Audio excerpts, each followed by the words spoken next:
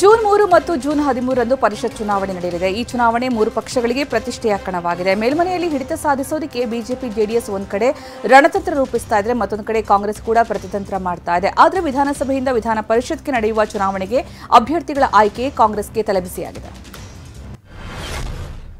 June 13ರಂದು ಮೇಲ್ಮನೆಯ 11 ಸ್ಥಾನಗಳಿಗೆ ನಡೆಯಲಿರುವಂತಹ ಚುನಾವಣೆಗೆ ಅಭ್ಯರ್ಥಿಗಳು ನಾಮಪತ್ರ ಸಲ್ಲಿಕೆಗೆ ಜೂನ್ 3 ಕೊನೆಯ ದಿನಾಂಕವಾಗಿದೆ.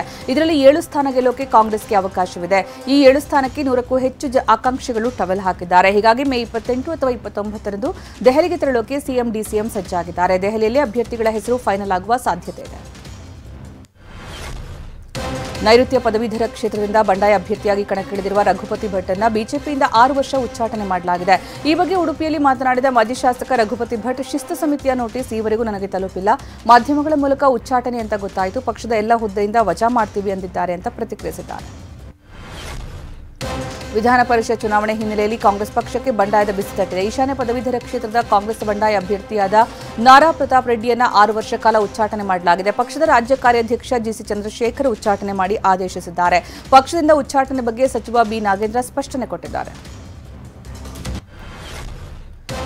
ಇನ್ನು 5 ದಿನಗಳಲ್ಲಿ 18ನೇ ಲೋಕಸಭೆ ಚುನಾವಣೆ ಮತದಾನಕ್ಕೆ ತೆರೆ ಬೀಳಲಿದೆ. ಜೂನ್ 4ರಂದು ಲೋಕಸಭೆ ಅಭ್ಯರ್ಥಿಗಳ ಭವಿಷ್ಯ ಹೊರಬೀಳಲಿದೆ. ನಿನ್ನೆ ಉತ್ತರ ಪ್ರದೇಶದ ಮಿರ್ಜಾಪುರದಲ್ಲಿ ಚುನಾವಣಾ ರ್ಯಾಲಿ ನಡೆಸಿದ ಪ್ರಧಾನಿ ಮೋದಿ, ಅಕಸ್ಮಾತ್ ಈ ಇಂಡಿಯಾ ಒಕ್ಕೂಟ ಏನಾದರೂ ಅಧಿಕಾರಕ್ಕೆ ಬಂದರೆ 5 ವರ್ಷಗಳಲ್ಲಿ 5 ಪ್ರಧಾನಮಂತ್ರಿಗಳಾಗ್ತಾರೆ ಅಂತ ತಿವಿದಿದ್ದಾರೆ.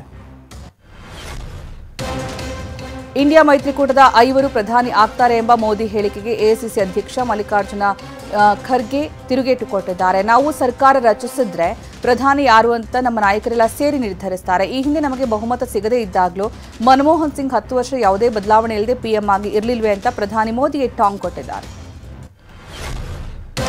ಹಿಮಾಚಲ ಪ್ರದೇಶದಲ್ಲಿ ರಾಹುಲ್ ಗಾಂಧಿ ಕ್ಯಾಂಪೇನ್ ನಡೆಸಿದ್ರು. ಮಹಿಳೆಯರಿಗೆ 8,500 ರೂಪಾಯಿ ಕೊಡುವ ವಾಗ್ದಾನ ನೀಡಿದ್ರು. ನಾವು ಅಧಿಕಾರಕ್ಕೆ ಬಂದೇ ಬರ್ತೀವಿ. ಜುಲೈ 5ರಂದು ಬಡ ಮಹಿಳೆಯರ ಖಾತೆಗೆ ಮೊದಲ ಕಂತಿನ ಹಣ ಹಾಕ್ತೀವಿ. ಅದರ ಜೊತೆಗೆ ಪ್ರತಿ ತಿಂಗಳು ಟಕ್ ಅಂತ ಹಣ ಹಾಕ್ತಾ ಹೋಗ್ತೀವಿ ಅಂತ ರಾಹುಲ್ ಗಾಂಧಿ ಭರವಸೆ ಕೊಟ್ಟಿದ್ದಾರೆ. ಹುಬ್ಬಳ್ಳಿಯಲ್ಲಿ ಅಂಜಲಿ ಅಂಬಿಗೇರ ಕೊಲೆ ಪ್ರಕರಣದ ತನಿಖೆಯನ್ನು ಸಿಐಡಿ ಚುರುಕುಗೊಳಿಸಿದೆ. ಹುಬ್ಬಳ್ಳಿ ಐಬಿಯಲ್ಲಿ ಆರೋಪಿ ವಿಶ್ವನನ್ನ ಸಿಐಡಿ ಅಧಿಕಾರಿಗಳು ವಿಚಾರಣೆ ನಡೆಸಿದ್ದಾರೆ. ಮುಂಜಾನೆಯಿಂದ ಸಂಜೆಯವರೆಗೂ ಐಬಿಯಲ್ಲಿ ತೀವ್ರ ವಿಚಾರಣೆ ನಡೆಸಿ ಮಾಹಿತಿ ಕಲೆ ಹಾಕಿದ್ದಾರೆ. ತುಮಕೂರಿನ ಅಂತರಸನಹಳ್ಳಿ ಬಳಿ ಮೇಲ್ಸೇತುವೆ ಕಾಮಗಾರಿ ಅವೈಜ್ಞಾನಿಕವಾಗಿ ನಡೀತಾ ಇದ್ದು 22 ಕಿಲೋಮೀಟರ್ ಟ್ರಾಫಿಕ್ ಜಾಮ್ ಉಂಟಾಗಿತ್ತು. ಇದರಿಂದ ಶಿರಾಯಿಯಿಂದ ಬೆಂಗಳೂರು ಕಡೆಗೆ ಹೋಗುವ ವಾಹನ ಸವಾರರು ಪರದಾಡಿದರು.